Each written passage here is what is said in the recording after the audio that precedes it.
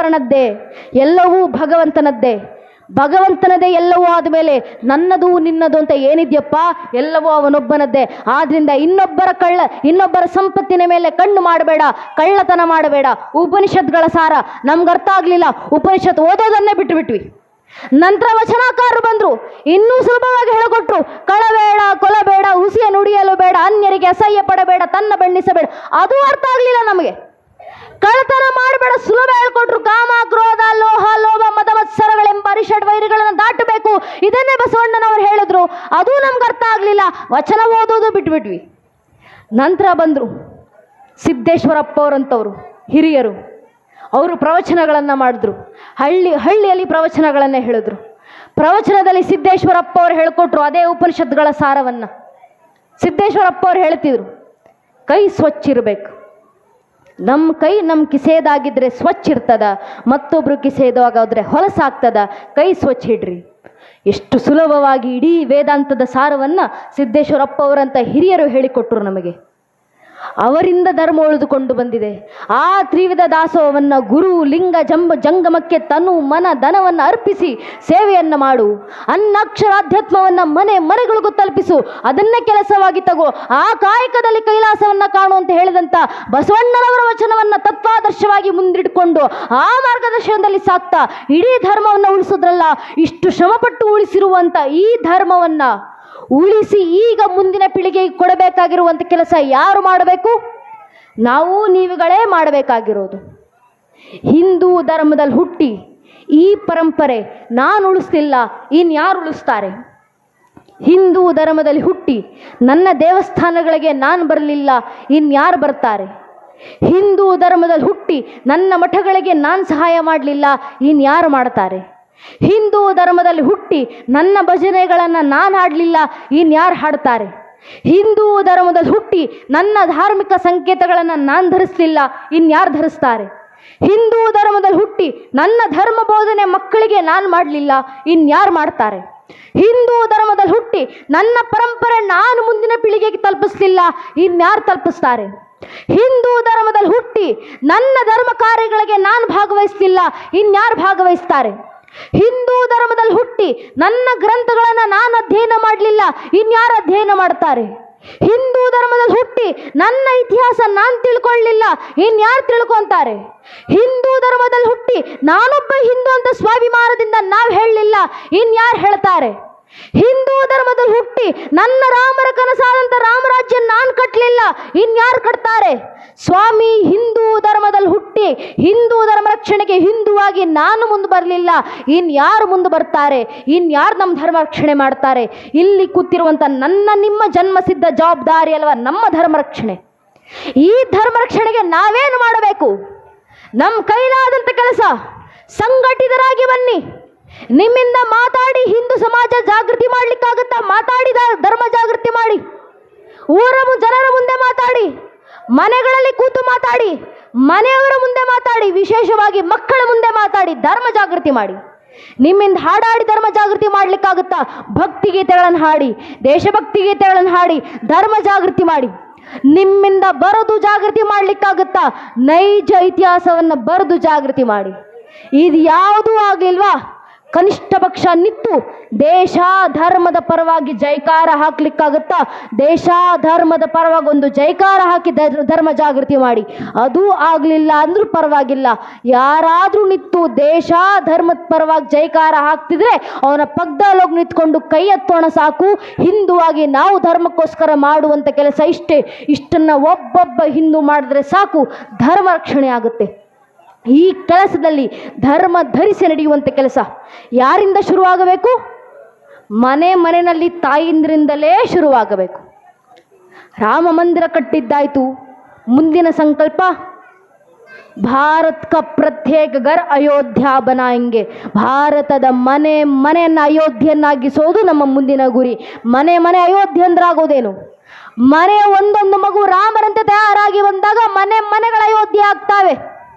चंदन से देश की मिट्टी नदी नदिया गंगा है, हर बाला देवी की प्रतिमा, बच्चा बच्चा राम ಅಂತ ಕವಿಗಳು ಬರೋದ್ರಲ್ಲ. ಮನೆಗಳಲ್ಲಿ ರಾಮರು ಹುಟ್ಟು ಬರಬೇಕು. ಮನೆಯಲ್ಲಿ ಸೀತಾಮಾತೆ ಅಂತ ಹೆಣ್ಣು ಮಕ್ಕಳು ಬೆಳಿಬೇಕು. ಯಾವತ್ತಾಗುತ್ತೆ? ಮನೆಯಲ್ಲಿರುವಂಥ ಒಬ್ಬೊಬ್ಬ ತಾಯಿ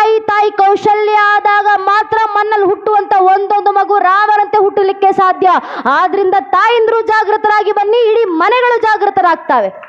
ತಾಯಿ ಜಾಗೃತರಾಗುವುದಂದ್ರೇನು? ವಿಶೇಷವಾಗಿ ನಮ್ಮ ಹೆಣ್ಣು ಮಕ್ಕಳು ಜಾಗೃತರಾಗಬೇಕು. ನಮ್ಮ ಹೆಣ್ಣು ಮಕ್ಕಳಿಗೆ ಅರ್ಥವಾಗಬೇಕು. ಈ ಧರ್ಮದಲ್ಲಿ ಎಂತೆಂಥ ಹೆಣ್ಣು ಮಕ್ಕಳನ್ನು ಬೆಳೆಸ್ತಂಥವ್ರು ನಾವು, ಎಂಥ ಧರ್ಮದ ಹಾದಿಯಲ್ಲಿ ಬೆಳೆದಂಥ ಹೆಣ್ಣು ಮಕ್ಕಳು. ತನ್ನ ಗಂಡನಾದ ಕೌಶಿಕನನ್ನು ಬಿಟ್ಟು ಹುಟ್ಟ ಬಟ್ಟೆಯನ್ನು ಕೂಡ ಕಳಚಿಟ್ಟು ದಿಗಂಬರಿಯಾಗಿ ನೂರಾರು ಜನ ಶರಣರ ಮುಂದೆ ಬಂದು ನಿಂತಂತ ಅಕ್ಕ ಮಹಾದೇವಿ, ಶೂನ್ಯ ಪೀಠದಲ್ಲಿ ಕೂತಿದ್ದಂತ ಅಲ್ಲಮ ಪ್ರಭುಗಳು ಅಕ್ಕನಿಗೆ ಮಾಡಿದಂತ ಮೊಟ್ಟ ಮೊದಲ ಪ್ರಶ್ನೆ, ನಿನ್ನ ಗಂಡನ ಕುರುಹೇನು ತಾಯಿ, ನಿನ್ನ ಗಂಡನ ಹೆಸರೇನಮ್ಮ? ಏನು ಉತ್ತರ ಕೊಡಬೇಕು ಅಕ್ಕ ಮಹಾದೇವಿ?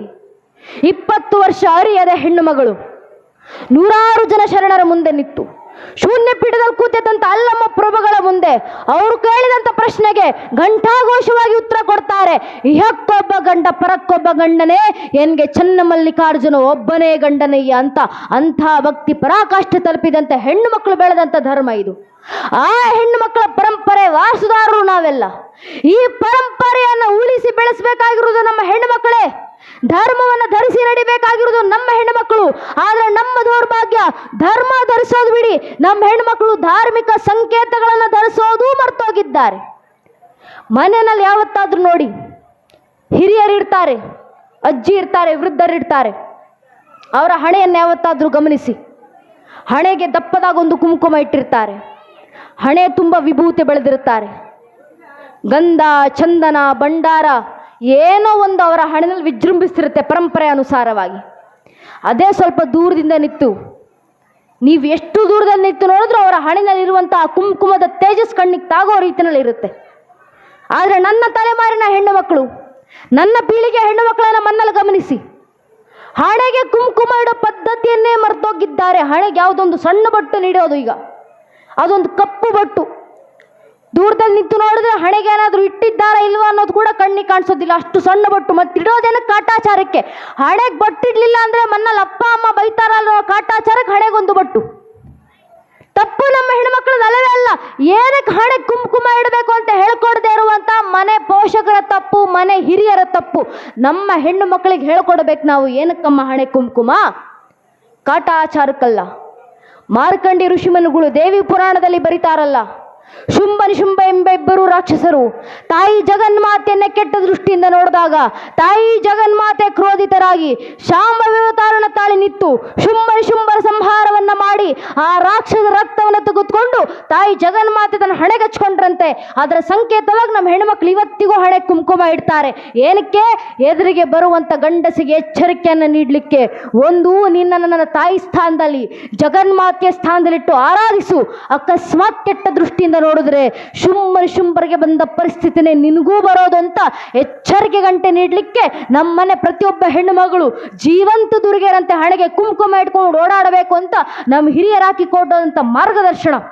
ಹೆಣ್ಣು ಮಕ್ಕಳು ಮಾತ್ರ ಅಲ್ಲ, ಮನೆಯಲ್ಲಿ ಹೆಣ್ಣು ಮಕ್ಕಳಾಗ್ಲಿ ಗಂಡು ಮಕ್ಕಳಾಗ್ಲಿ, ಹಿಂದೂ ಧರ್ಮದಲ್ಲಿ ಹುಟ್ಟಿರುವಂಥ ಒಬ್ಬೊಬ್ಬ ಹಿಂದೂ ಹಣೆಗೆ ಕುಂಕುಮ, ತಿಲಕ, ವಿಭೂತಿ, ಗಂಧ, ಚಂದನ, ಭಂಡಾರ ಏನೋ ಒಂದು ಧರಿಸಿರಲೇಬೇಕು. ಕಾರಣ ಅದು ನಮ್ಮ ಸ್ವಾಭಿಮಾನದ ಸಂಕೇತ. ಯಾವುದರ ಸಂಕೇತ? ಹಣೆಗಿಡುವಂಥ ತಿಲಕ. ಹಿರಿಯರು ಹೇಳಿದ್ರಲ್ಲ, ಯುನಾನವಿಸ್ಸುರೋಮ ಸಬ ಮಿಟ್ ಗए जहां से कुछ बातें हस्ती मिटती नहीं हमारी, दुनिया का इतिहास पूछता रोम कहा यूनान कहा, हर घर में शुभ अग्नि जलाता वो उन्नति ईरान कहा, दिया बुझी जब पश्चिमी जगत की छाया, जब बरबर अंधियारा तभी चीर कर तमकी छाती, चमका हिंदुस्तान हमारा ಅಂತ ಆ ಹಿಂದೂ ರಾಷ್ಟ್ರದ ಸಂಕೇತ.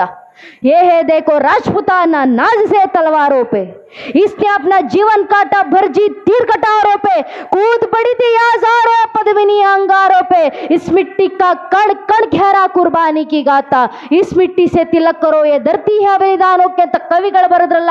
ನಮ್ಮ ಮೇಲಾದಂಥ ಸಾವಿರಾರು ವರ್ಷಗಳ ದಾಳಿಯ ನಂತರವು, ನೂರಾರು ಜನಾಂಗಗಳ ಆಕ್ರಮಣಗಳ ನಂತರವು, ಅಸಂಖ್ಯ ಕಷ್ಟ ನಷ್ಟಗಳ ನಡುವೆಯೂ ಇವತ್ತಿಗೂ ತಲೆ ಎತ್ತಿ ತನವೆತ್ತಿ ನಿಂತಿರುವಂತ, ಮೃತ್ಯುವನ್ನು ಮಣಿಸಿ ಬದುಕ್ತಿರುವಂತ ಮೃತ್ಯುಂಜಯ ಸನಾತನ